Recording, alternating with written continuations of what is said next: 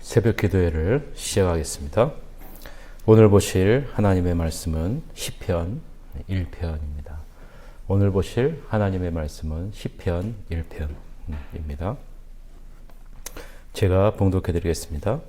복 있는 사람은 악인들의 꾀를 따르지 아니하며 죄인들의 길에 서지 아니하며 오만한 자들의 자리에 앉지 아니하고 오직 여호와 율법을 즐거워하여 그의 율법을 주야로 묵상하는도다. 그는 시냇가에 심은 나무가 철을 따라 열매를 맺으며 그 잎사귀가 마르지 아니함 같으니 그가 하는 모든 일이 다 형통하리로다. 악인들은 그렇지 아니하며 오직 바람에 나는 겨와 같도다. 그러므로 악인들은 심판을 견디지 못하며 죄인들이 의인들의 모임에 들지 못하리로다. 무릇 의인들의 길은 여호와께서 인정하시나 악인들의 길은 망하리로다. 아멘. 오늘은 의인의 길, 악인의 길이라는 제목으로 시편 말씀을 보고자 합니다.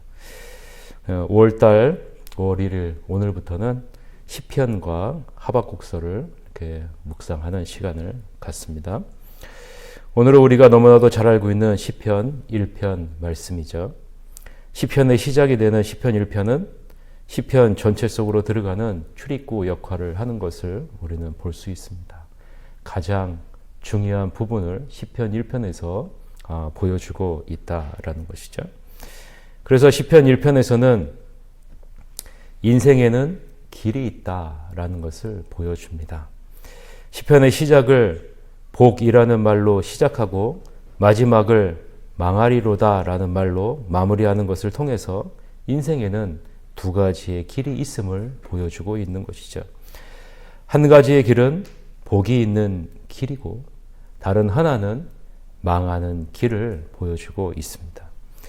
이러한 모든 인생의 시작과 끝이 있음을 시편 저자는 알기에 시편의 시작을 히브리어 자음의 첫 자음인 알렙으로 시작하는 복, 즉 아시레라는 단어를 사용하고 또 인생의 끝이 있음을 보여주기 위해 시편 1편의 마지막 단어를 히브리어 자음의 마지막, 즉 타우로 마지막으로 시작하는 망하다라는 타베트라는 단어를 사용합니다. 무엇을 말합니까? 인생에는 두 가지의 길이 있지만 동시에 시작과 끝이 있다라는 것을 시편 1편에서 보여주고 있는 것이죠. 우리의 인생이 시작과 끝이 있는 인생임을 잊지 말아라 라는 거예요. 이러한 인생에는 두 가지의 길이 있음을 너희는 기억하라 라는 그런 말이죠. 한 가지의 길은 복이 있는 사람이 걷는 길입니다. 우리는 복의 개념을 어떻게 이해합니까? 무엇을 소유하느냐라는 개념으로 이해를 해요.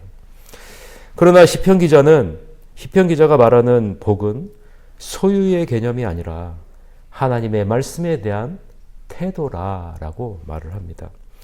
하나님의 말씀과 어떠한 관계를 맺고 살아가는가가 복 있는 사람과 악인의 구분점이 된다라는 것을 보여주고 있죠. 오늘 본문 1절, 2절을 다시 한번 보세요.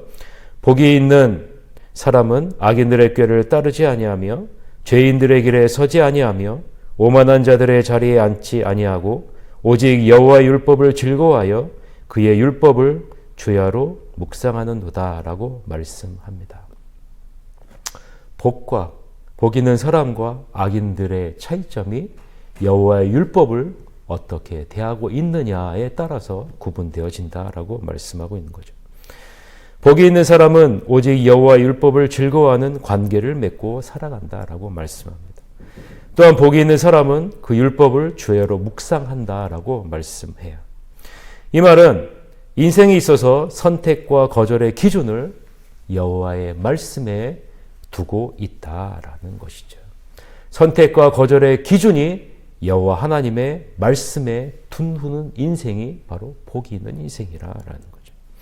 나의 감정이나 정욕이나 이 세상에서 추구하는 가치가 아니라 하나님의 말씀이 나의 선택과 거절의 기준이 되는 인생, 이 인생이 바로 복이 있는 인생이다라는 거죠.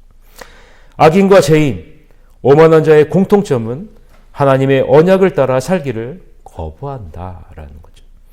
자신이 누리고 있는 자유를 자신의 만족을 위해 사용하겠다라는 것이죠. 그래서 자기 자신이 선택과 거절의 기준이 된다라는 거예요. 이러한 자들은 어떻게 된다고 말씀합니까? 악인이 되고 죄인이 되고 오만한 자가 된다라는 것을 말씀해요. 자, 여러분 보세요. 이 자기 자신이 선택의 기준이 될 때에 이 모습이 어떻게 죄에 더욱더 심각한 모습으로 빠져들어가는가라는 것을 이 세 단어를 통해서 보여주는 거예요. 악인, 죄인, 오만한 자. 이것은 점점 죄의 강도가 강해지고 있음을 보여주고 있는 것이죠. 여러분, 악인이라는 것은 무엇을 말합니까? 악인이라는 것은 부도덕한 사람을 의미하는 단어가 바로 이 악인이에요. 죄인이라는 것은 부도덕한 모습에서 더 나아가서 죄를 범하는 사람을 말을 하는 거예요. 오만한 자는 무엇을 의미합니까? 자기가 부도덕하고 더 나아가서는 죄를 짓고 오만한 자리에 선다라는 것은 다른 사람을 조소하고 비난하는 자리까지 나가게 된다라는 거예요. 점점점 더 강도 있는 모습으로 나아가게 되는 것이죠. 시편 기자는 이러한 자들을 오직 바람에 나는 겨와 같다라고 말합니다.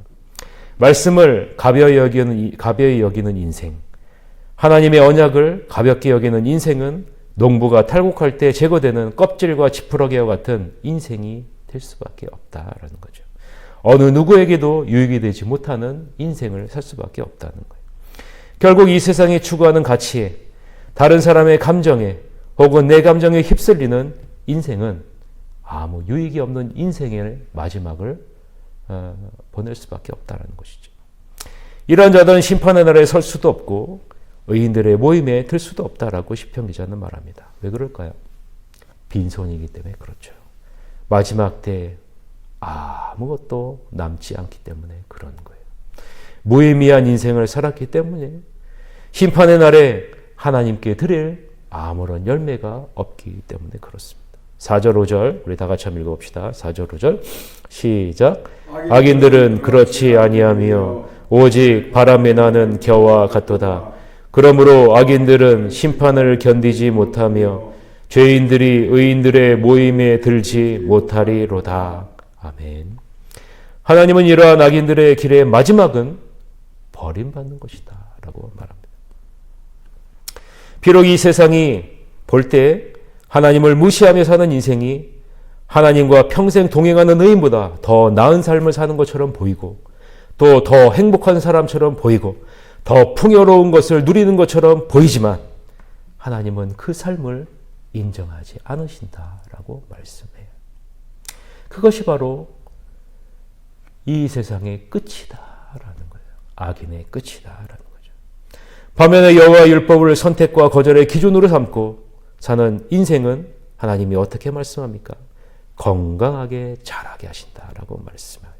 이것이 바로 하나님이 주시는 형통이라는 단어 안에 담겨져 있는 것이에요. 형통이라는 그 원어 안에 담겨져 있는 의미가 뭐냐면 건강하게 자라게 하신다라는 거죠. 건강하게 자라게 하신다. 여러분 3절 한번 보세요. 그는 시냇가에 심은 나무가 철을 따라 열매를 맺으며 그 잎사귀가 마르지 아니함 같으니 그가 하는 모든 일이 다 형통하리로다. 이 형통이라는 단어가 바로 건강하게 자라게 하신다라는 의미가 담겨져 있는 거예요. 이 세상이 볼 때 화려해 보이지는 않지만 이 세상이 볼 때 풍요로워 보이지는 않지만 하나님은 의인의 삶을 인정하시고 건강하게 자라게 하신다라는 거예요. 하나님은 이러한 삶의 끝을 잘 알고 있기 때문에 그러는 거죠. 인생의 끝을 알고 있기 때문에 하나님의 말씀을 선택과 기준으로 사는 사람이 진정한 건강한 삶을 살 수 있다라는 것을 보여주고 있는 거예요. 그래서 인정한다라는 단어를 알고 있다라는 단어로 사용하고 있는 거예요. 사랑하는 성도 여러분, 여러분은 어떤 길을 걸어가고 있습니까? 어떤 길을 가고 싶으십니까?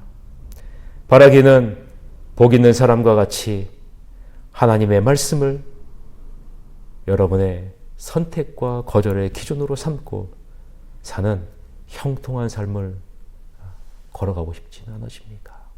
우리가 바로 이러한 형통한 삶을 살아가야 된다라는 거죠. 세상 사람들이 볼 때는 이해가 되지 않고 세상 사람들이 볼 때는 뒤처지는 것처럼 보이지만 하나님의 말씀을 선택과 거절의 기준으로 삼고 사는 인생이 마지막 때 하나님 앞에 온전한 모습으로 설 수 있는 인정받는 인생임을 여러분 기억하시기를 바랍니다. 우리는 모두 끝이 있는 인생을 살고 있습니다. 그리고 우리 앞에는 두 가지의 선택이 있습니다. 마지막에 하나님이 인정하시는 의인의 모습으로 주님 앞에 서시는 사랑하는 새하늘교회 모든 성도님들이 되시기를 주님의 이름으로 간절히 축복드립니다. 기도하겠습니다.